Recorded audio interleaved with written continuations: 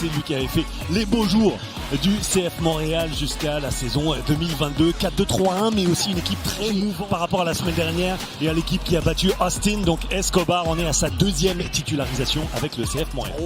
Dernier match pour Prince Owusu. Un autre derby canadien. Celui-ci, il n'est pas pour les points nécessairement, mais bien pour l'honneur dans cette saison 2025. Toronto-Montréal, c'est à l'instant. Avec d'entrée de jeu, une première petite surprise. On pouvait se demander, en voyant le 11 partant, qui allait composer exactement la défense du Toronto FC en l'absence de Chigo Rosted, de Raúl Petretta aussi qui est en instance de départ. Et c'est Franklin qui est sur la gauche, mais Richie Laryea compose la charnière centrale aux côtés de Long en tant qu'axial gauche. Richie Laryea. Montréal est sur une très belle séquence au mois d'août. On n'a pas perdu pour l'instant. Arrive d'une victoire de 3-2 contre Austin. Une deuxième victoire à domicile cette saison. Pour ce qui est de Toronto, on a été solide dans les dernières semaines. Dans les 6 derniers matchs, on a affronté la crème de la MLS. Tantôt Columbus, tantôt Charlotte, tantôt Nashville. Au final, on est à 1 point devant Montréal au classement de l'Est avec un match en main. C'est vrai que Montréal arrive sur une bonne séquence. 2 victoires, 2 matchs nuls à ces 4 derniers matchs. Du côté de Toronto FC, on est sur une séquence de 5 matchs sans victoire.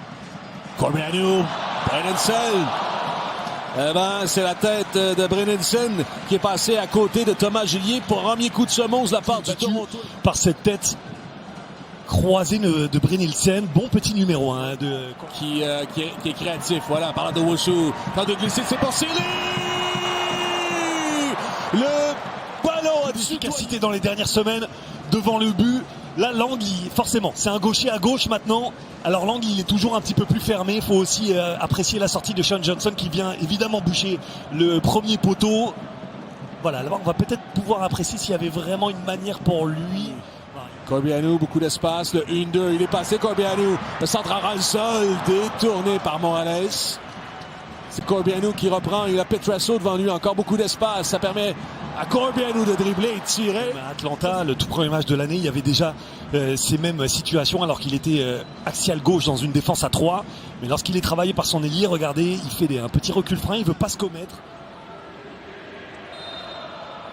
Mihailovic. Ballon vers le second poteau. Très haut, redressé dans 6 mètres. Ballon libre et finalement c'est sorti. Sorti par Gillier, je crois, en dernier. Posé sur la gauche de Gillier, justement. C'est vraiment bien tiré. Parce que ça... Il y a peut-être un truc à faire. Joli, Brynildsen. Mihailovic, il est passé. Voilà, Brynildsen, c'est un 2 contre 1 maintenant. Petrasso recule frein. Voilà, Brynildsen, la frappe! Ouais. Ça a été détourné par Gillier qui était en déséquilibre même. Luca Petrasso. Regardez, là il est 1 contre 2. Normalement ça doit être un but. Mais il lit bien, parce qu'on voit qu'il marque une petite pause dans sa course, Brynildsen. Et si il marque cette petite pause, c'est que son intention, elle est de passer. Alors Petrasso bloque cette fenêtre, force Brynildsen à remettre le ballon sur son...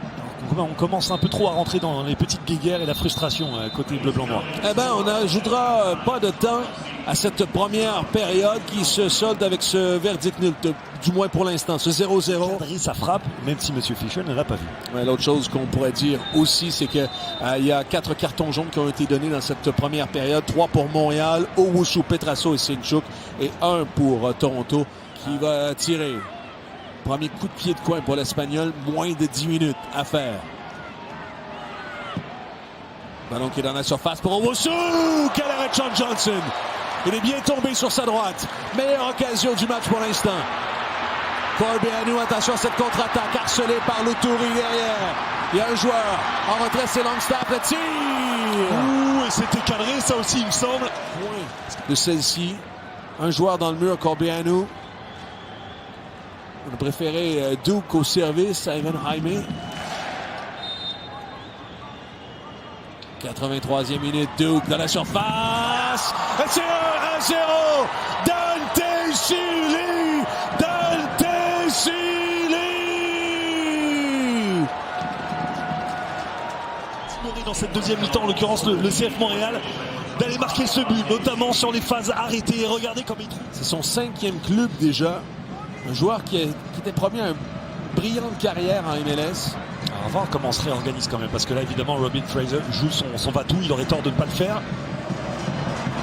Donc pour l'Area, c'est Doug qui avait bien suivi. Hein. Julien-Anthony Vilsain, il était rentré en position d'ailier gauche, ce qui était intéressant en soi. Mais maintenant, il passe attaquant avec eux. Voilà Vilsain, la frappe de Vilsain, l'arrêt de Julien Osorio! Et c'est 1-1.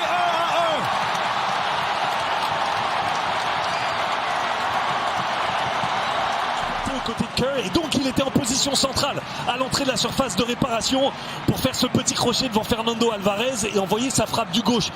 Bravo à Jonathan Osorio, parce que c'est pas facile de mettre ce but là, c'est pas facile déjà de cadrer dans une frappe en déséquilibre, pas facile de cadrer sa frappe et d'aller chercher. Va allonger, tente de trouver DeAndre Kerr. Vilsain au ballon. Tiens en respect Morales, c'est vrai qu'il s'approche de la surface de réparation. Vilsain dans la surface. Vilsain! Ça a touché l'intérieur du poteau. Surtout du côté gauche, le côté droit de l'attaque moralaise avec Dante Silly. Je trouve que Derrick Etienne Jr. il est un peu seul et on revoit cette occasion. Sa revanche personnelle, et c'est le poteau qui lui refuse ce but qui aurait été extraordinaire pour lui. Incroyable, même pas poteau rentrant, hein. Le poteau a refusé ce but, a renvoyé le ballon. Gillier peut se compter heureux ici. Attention dans la foulée, Jaime dans la surface de réparation. Tente de provoquer, Jaime toujours, la frappe de Jaime sur la transversale. Je pense même entre deux coéquipiers, ultimement Gillier a pu reprendre. Et c'est là-dessus que va prendre fin ce match nul de 1-1 entre Toronto et le CF Montréal. Ce sera des honneurs partagés en saison MLS. Toronto l'aura gagné.